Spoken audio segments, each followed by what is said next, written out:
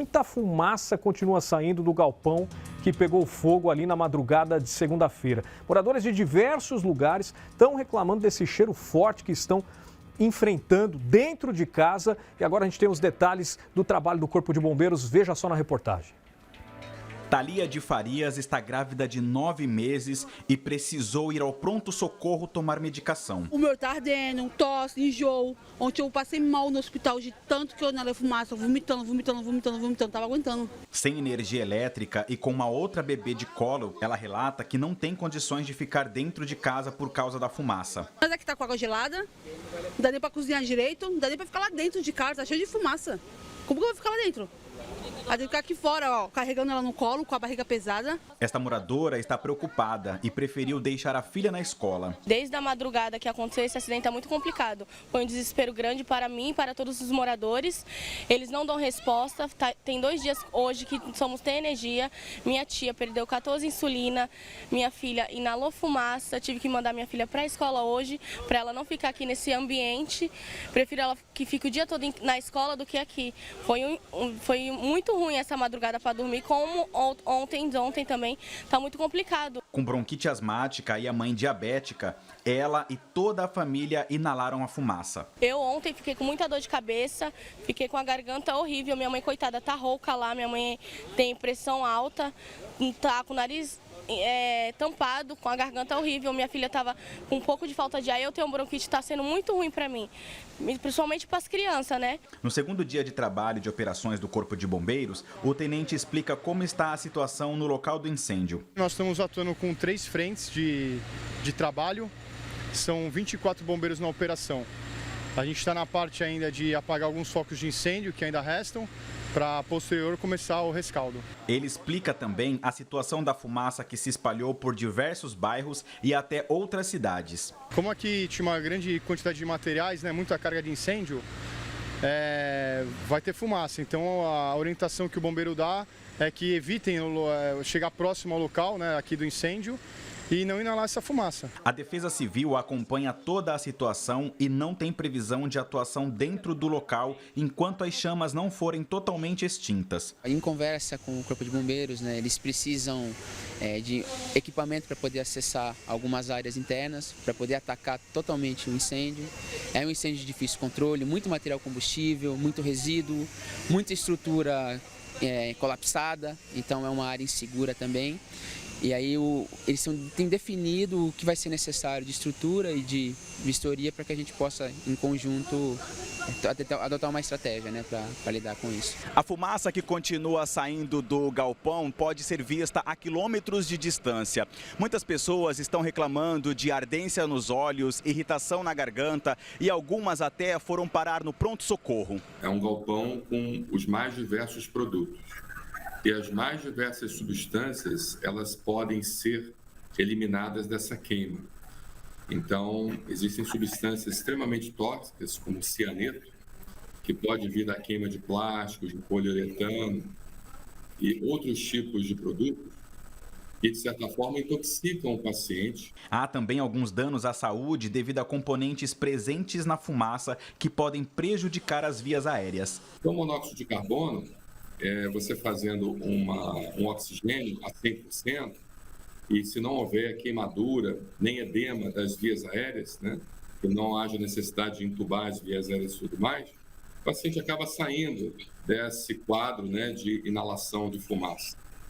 Mas o grande problema é justamente o cianeto. Este pneumologista orienta o que os moradores devem fazer para evitar a inalação desta fumaça. A primeira coisa é se afastar da fonte de agressão, no caso da fumaça. E as agressões vão ser decorrentes do material que está sendo queimado, das condições prévias do doente e da idade que o paciente apresenta.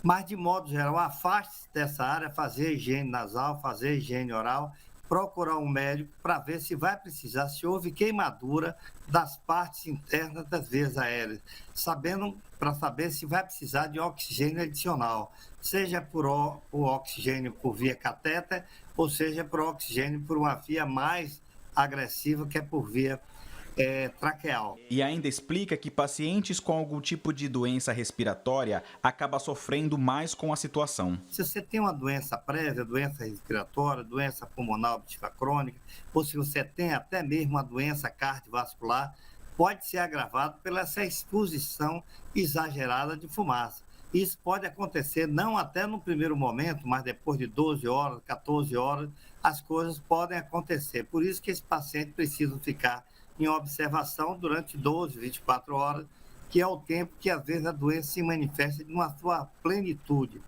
Se puder ficar longe desse local que ainda você está sentindo esse cheiro forte de fumaça, é o ideal. Se você puder, claro, se abrigar em outra localidade. A CPFL Piratininga informa que o fornecimento de energia já foi restabelecido para parte dos clientes ali da região da ocorrência. Um trecho da rede de distribuição permanece desligado por segurança até a liberação pelas autoridades responsáveis. Equipes da concessionária seguem apoiando o trabalho do Corpo de Bombeiros ali no local. Já a CET Santos informa que o acesso está sendo feito pela perimetral, com o caminho para o Porto de Santos pelas ruas Xavier Silveira e Antônio Prado. A Defesa Civil vai fazer uma avaliação do sinistro após a conclusão dos trabalhos do Corpo de Bombeiros. A Receita Federal informou que no depósito eram armazenadas mercadorias diversas, como itens de vestuário, eletrodomésticos e veículos. Não havia produtos químicos no local. Uma comissão vai fazer o levantamento das mercadorias que foram destruídas e, por questões de segurança, ainda não é possível acessar os galpões. Está mantido o leilão de mercadorias anteriormente agendado pela Alfândega da Receita Federal em Santos nos próximos dias. O leilão inclui mercadorias armazenadas em diversos depósitos pelo estado de São Paulo. Foram excluídos do certame apenas os lotes com itens que estavam armazenados nesse recinto aí que pegou fogo. A Receita afirma ainda que aguarda a apuração das causas do incêndio pelas autoridades competentes.